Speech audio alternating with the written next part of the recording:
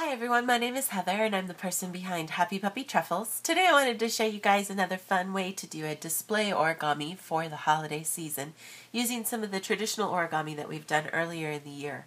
Now I've gone ahead and taken my Shikishi here that you see, and these are just boards that we have in Japan that we use for displaying origami and calligraphy and artwork, and I've gone ahead and put a layer of blue handmade paper in the background.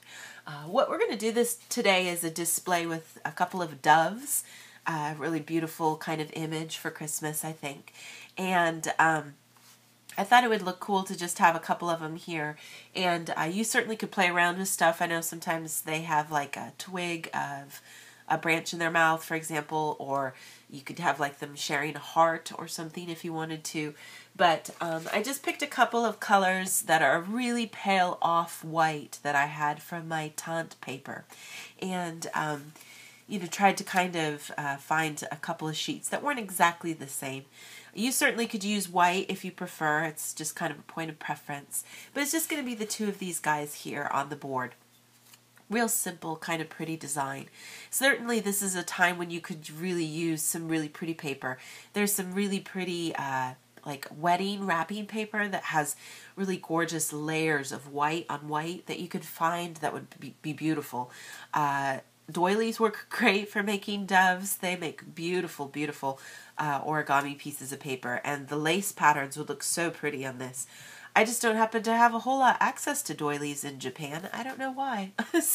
But that's just something to consider. What I've done here is I've made one of the doves. Now I used 15 by 15 centimeter paper, but one of them, this one I made just a tiny bit smaller. I really just trimmed off like barely a half a centimeter from both sides, just so that they weren't exactly the same. So I'll show you guys just as a reminder really quick here how to fold a dove. And we'll do that with this particular origami paper here. I realize it's white, so it might be a little hard to see. Now, if you feel like your paper has a front or a back, you can consider that when you do this. I'm just going to go ahead and fold my paper in half into a big diamond, a triangle shape, and then you can fold the other way as well. Then with things looking like this, with that folded edge right here in the middle, everything else pointing to the right, go ahead and take this flap and fold it out. And ideally we want it to be so that we're getting about equal parts here and equal parts here. And you can kind of turn things over to make sure your centers are lining up there in the middle when you do this.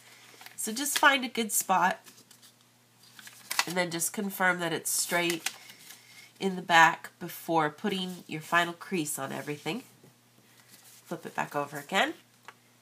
Then I'm just going to go ahead and fold everything in half. You can kind of see where we're getting the bird shape here. Take this bottom part to fold up for one of the wings. We're just going to fold straight up right as close to that edge as you can fold. Turn things over and do the same thing on this side too.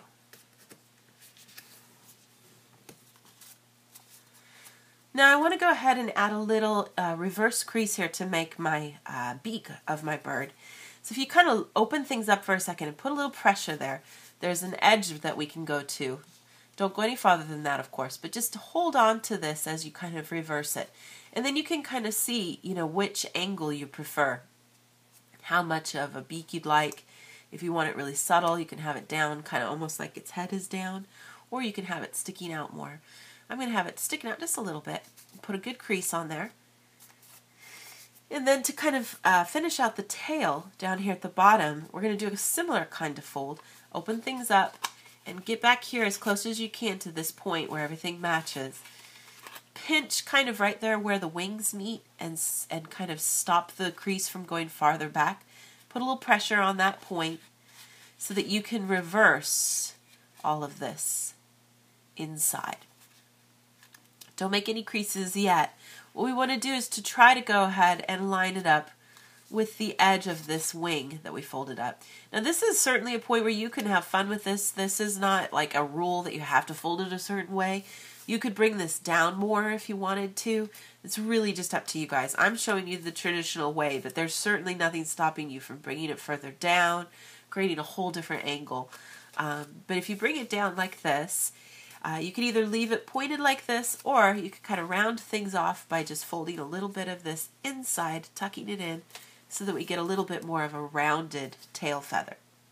And that's kind of the finished little bird.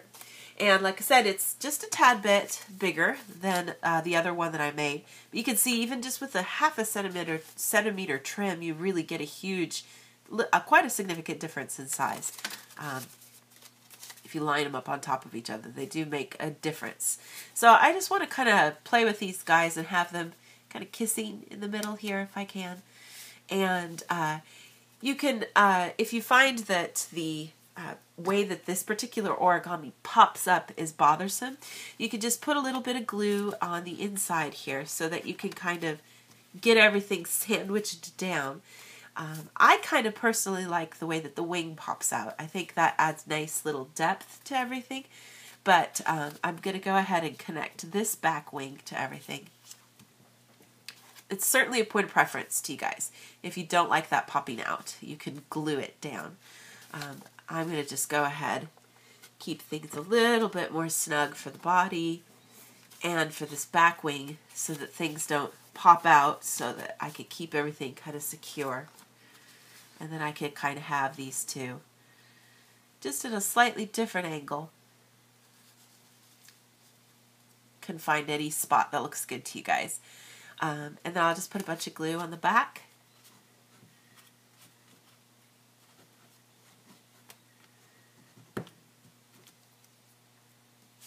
And this is really one where the origami is not that hard. If you want to do this for a class project, something for a church group, that kind of a thing, this can be a really fun project. And kids can handle the folds if they're a little bit more advanced because of the reverse fold for the beak. But you can certainly try it out and see how things turn out. And then I'll go ahead and glue the other one here.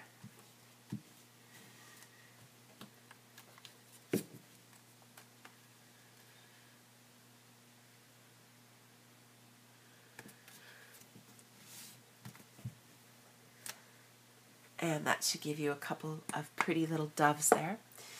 And if you do have a way of signing your work, you can certainly do that. It's meant to be a really simple, kind of pretty piece. So not really something that has a whole lot of extra stuff going on. I'll just go ahead and put my stamp right down here at the bottom. But that should give you a really pretty simple kind of dove origami.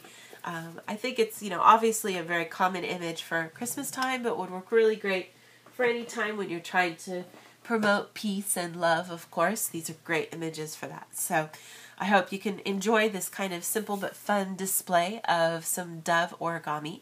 And I'll have some more fun projects as we get closer and closer to the holidays here. Thank you again always so much for watching, and I'll talk to you guys next time.